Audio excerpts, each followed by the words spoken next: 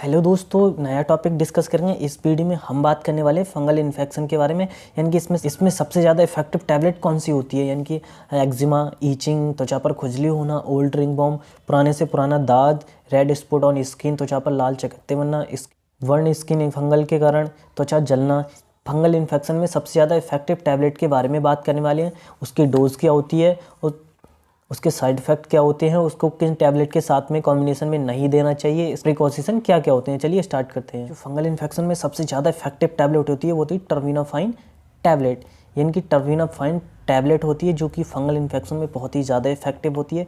इसके बारे में जानते हैं। एंटी फंगल क्लास की ड्रग होती है। सबसे पहले जान लेते हैं कि ये जो टर्बिनाफाइन टैबलेट होती है वो एंटी फंगल क्लास की ड्रग होती है। It contain 250 mg terbinafine drug salt. यानी कि जो टर्बिनाफोर्स टैबलेट में जो कंटेन होता है वो 250 mg टर्बिनाफाइन पाया जाता है। This tablet manufactured by Mankind. यानी कि जो मैनकाइंड ग्रुप के द्वारा ये टर्बिनाफोर्स टैबलेट को बनाया जाता है।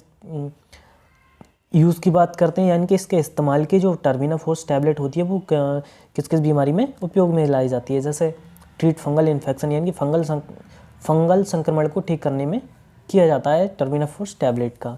रिंग बॉम, यानी कि दांत खास खुजली में भी इस टैबलेट का उपयोग किया जाता है। जैसा कि हमने स्टार्टिंग में देख लिया था। फंगस नेल इन्फेक्शन, यानी कि नाखून में फंगल संक्रमण होना। जैसे नाखून में फंगल इन्फेक्शन हो जाता है तो उस कंडीशन में भी टर्बिनाफोर्स टैबलेट का यूज़ किया जाता है।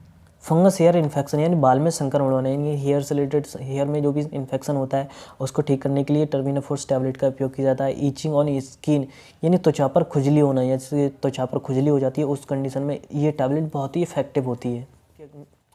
हाँ, बात करते हैं डोज के बारे में। यानी कि टर्बिनाफोर्स टैबलेट की डोज कितनी होती है। 250 mg पर डे, यानी कि एक गोली रोज़ 7 दिनों तक लेना होता है। जो टैबलेट आती है टर्बिनाफोर्स टैबलेट की वो 7 टैबलेट की स्टेप आती है जो कि 7 दिनों तक लेना होता है इसको। बात करते हैं साइड इफ़ेक्ट के बारे में, यानी कि दुष्प्रभाव के। इस टैबलेट को लेने के बाद में जो आपको दुष्प्रभाव देखने को मिलेंगे, यानी कि साइड इफ़ेक्ट क्या क्या हो सकते हैं इस टैबलेट के, उसके बारे में बात करते हैं। जैसे डायरिया, दस्त लगना, इंडिगेशन यानी कि खाना ना पचना, एब्डोमिनल पेन, पेट में दर्द होना, नोजिया, वॉमिटिंग यानी कि घबराहट या उल्टियाँ होना, ये इसके साइड इफ़ेक्ट है कॉमन टर्बिनाफोर्स टैबलेट के। बात करते हैं कॉन्ट्रा इंडिकेशन के, यानी कि किस मरीज़ को इस टैबलेट को नहीं देना होता है। जैसे ड्रग एलर्जी, यानी कि इस टैबलेट से अगर जिस भी पेशेंट को एलर्जी होती है उसको साइड इफेक्ट देखने को मिलते हैं, उस पेशेंट को इस टैबलेट को नहीं दिया जाता है।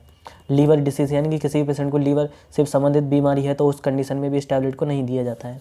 किडनी डिसीज़, यानी किडनी से रिलेटेड कोई सी बीमारी होती है जिस भी पेशेंट को उस पेशेंट को इस टैबलेट को नहीं दिया जाता है। ड्रग इंट्रैक्शन, यानी कि किस दवा को इसके साथ में नहीं देना चाहिए। यानी कि जो टर्बिनाफोर्स टैबलेट होती है इस टैबलेट को कौन कौन सी दवाइयों के साथ में नहीं देना होता है वो जान लेते हैं। जैसे फ्लूकोनाजोल टैबलेट के साथ में टर्बिनाफोर्स टैबलेट को नहीं देना चाहिए। मेट्रोप्रालोल को भी साथ में नहीं देना चाहिए। रिफाम्पिसिलिन को भी नहीं देना चाहिए। ट्रामाडोल को भी नहीं देना चाहिए और साइक्लोस्पोरिन को भी टर्बिनाफोर्स टैबलेट के साथ में नहीं देना चाहिए।